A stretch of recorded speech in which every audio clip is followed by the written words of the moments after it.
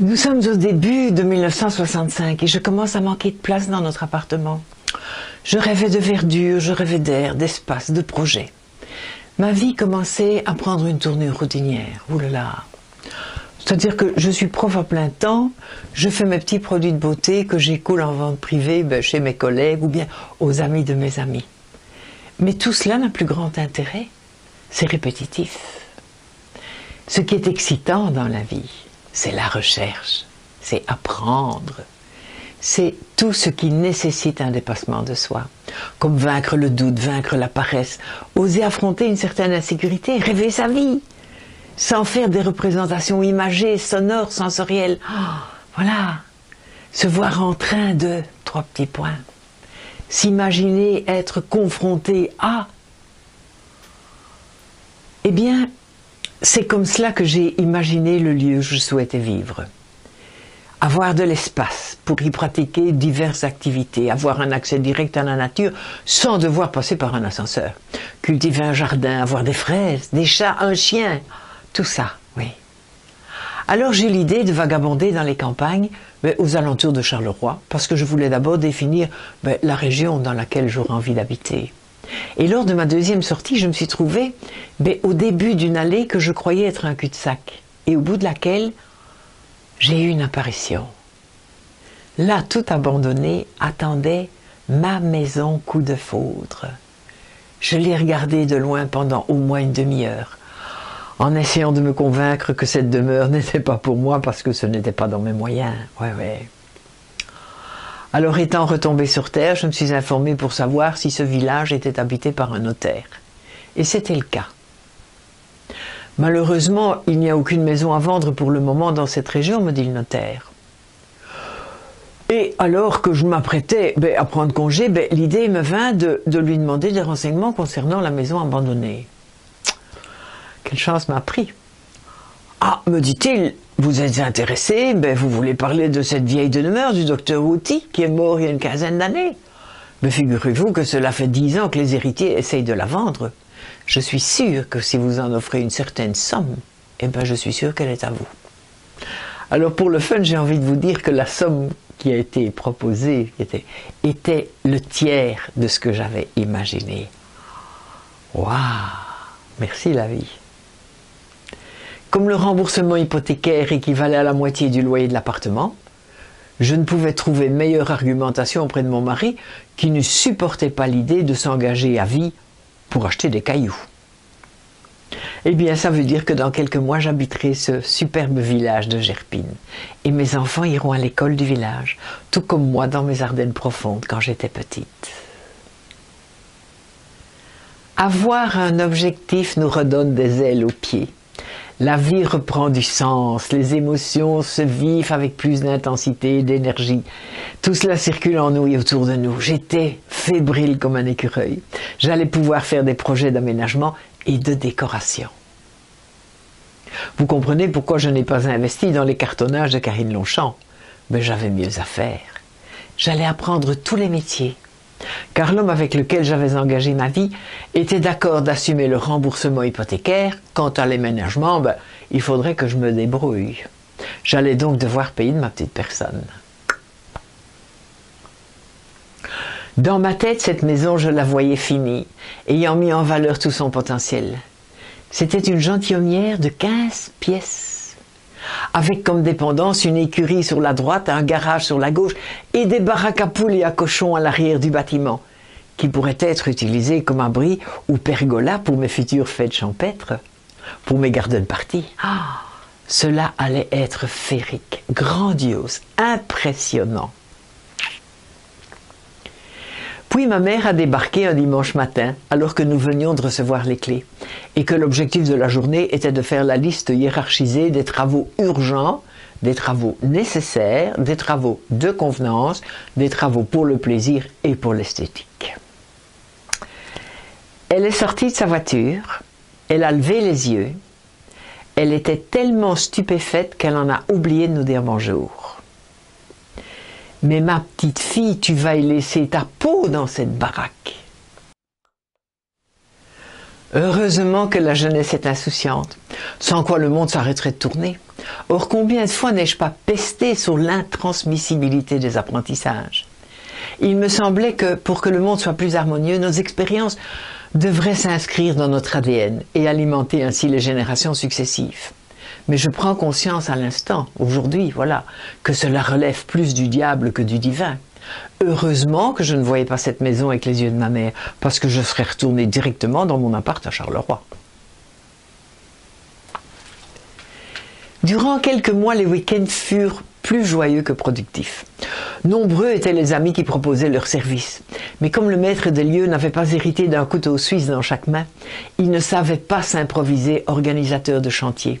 Alors le nombre de casiers de bière était grandissant chaque week-end, et je passais plus de temps à éplucher des patates qu'à éplucher les murs de leur vieux papier peint. Comme j'avais décidé le réaménagement d'une pièce à la fois, du sol au plafond, avant de passer à la suivante, les travaux ont duré des années.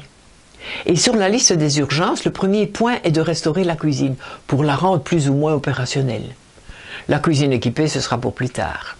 Et tout de suite après la cuisine, il faudrait penser à aménager une chambre de bébé. Et oui, je suis prise, comme disait ma grand-mère. Ah, quand on dort avec son chien, on attrape ses puces, disait-elle.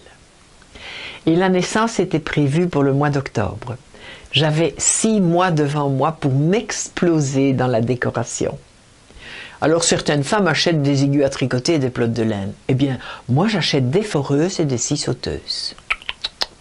Comme on est en plein boom des outils électriques pour monsieur tout le monde, eh bien je fais l'attraction du magasin Ferrouti du boulevard Théroux, car je suis la seule femme à franchir les portes de ce lieu avant-gardiste et à discuter boulot avec tous les mecs en bleu de travail qui sont ravis de m'apporter leur connaissance du métier.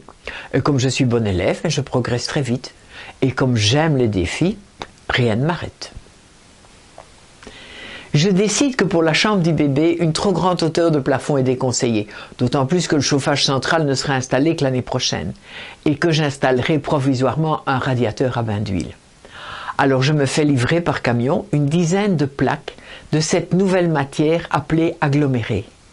Il n'en existe alors qu'une seule épaisseur, c'est 22 mm en 2,40 m de long.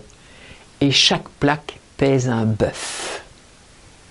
J'ai dû découper mes plaques en unités transportables par mes petits bras et les hisser par-dessus un système de chevrons apparent. Ben oui, à l'époque, je ne savais pas encore faire un chaînage. Et le résultat fut déplorable. Et alors, pour cacher mes erreurs, eh bien, j'ai dû tapisser les plaques. Mais mis à part cela, eh bien, la chambre fut une réussite. Un magasin d'un nouveau style s'était ouvert à l'avenue Louise. Cela s'appelait la Maison du Jardin. Tout pour l'enfant. De la bande ombilicale aux meubles laqués, en passant par les papiers peints, les rideaux et autres petits meubles bijoux aux motifs assortis. C'était à vous couper le souffle. Il faut dire qu'on sortait du lit breton en chêne marron et de la bassine en zinc.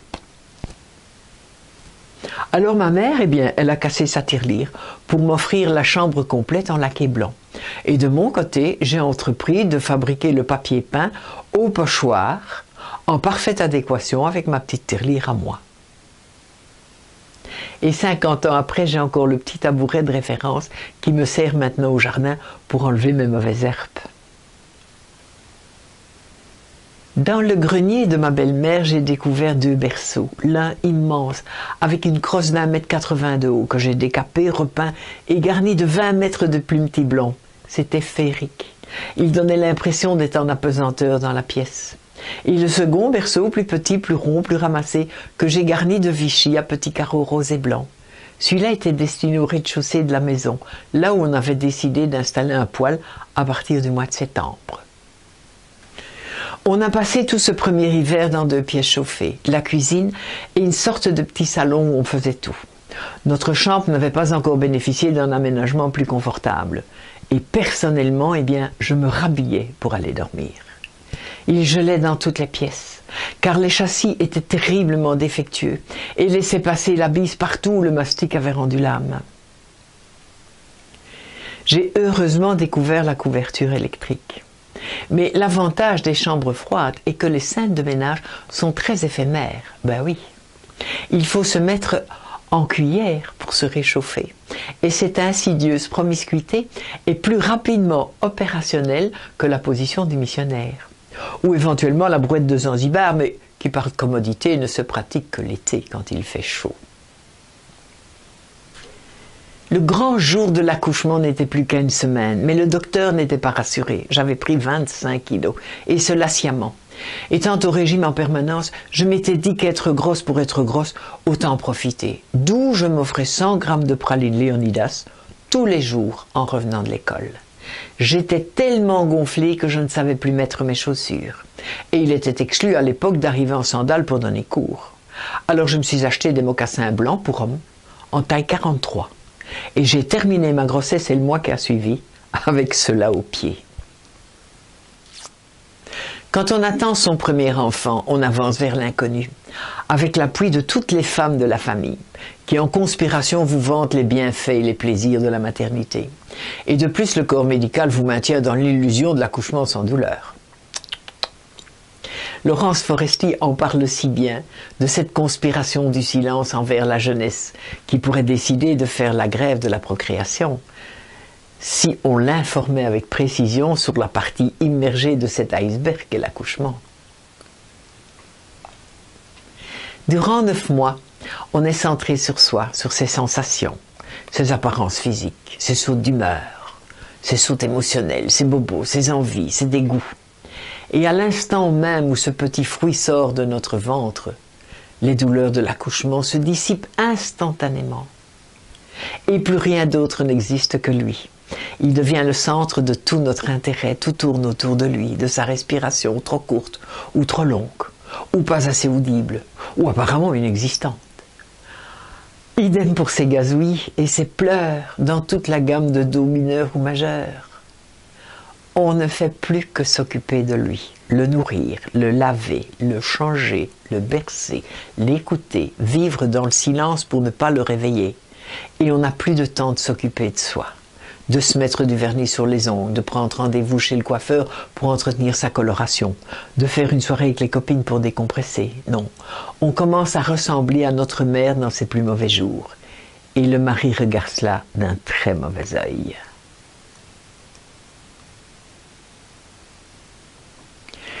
À l'époque, la péridurale n'existe pas. Et les vidéos d'accouchement en live, c'est tabou.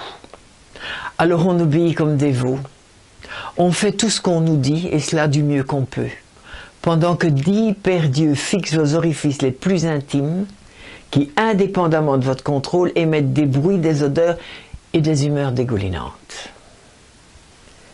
Et c'est généralement comme cela que ça se passe dans les hôpitaux universitaires, dont la mission est de former les étudiants au plus près des réalités de la vie. Je me souviens d'un jeune médecin qui m'avait convoqué en salle de travail pour percer la poche des os et qui me pressait de serrer les cuisses en retournant dans ma chambre parce que j'inondais le sol de sa salle. La féministe au fond de moi a rejailli. Je lui ai envoyé un regard assassin et je l'ai traité de pauvre con. C'était le fils du patron de la clinique.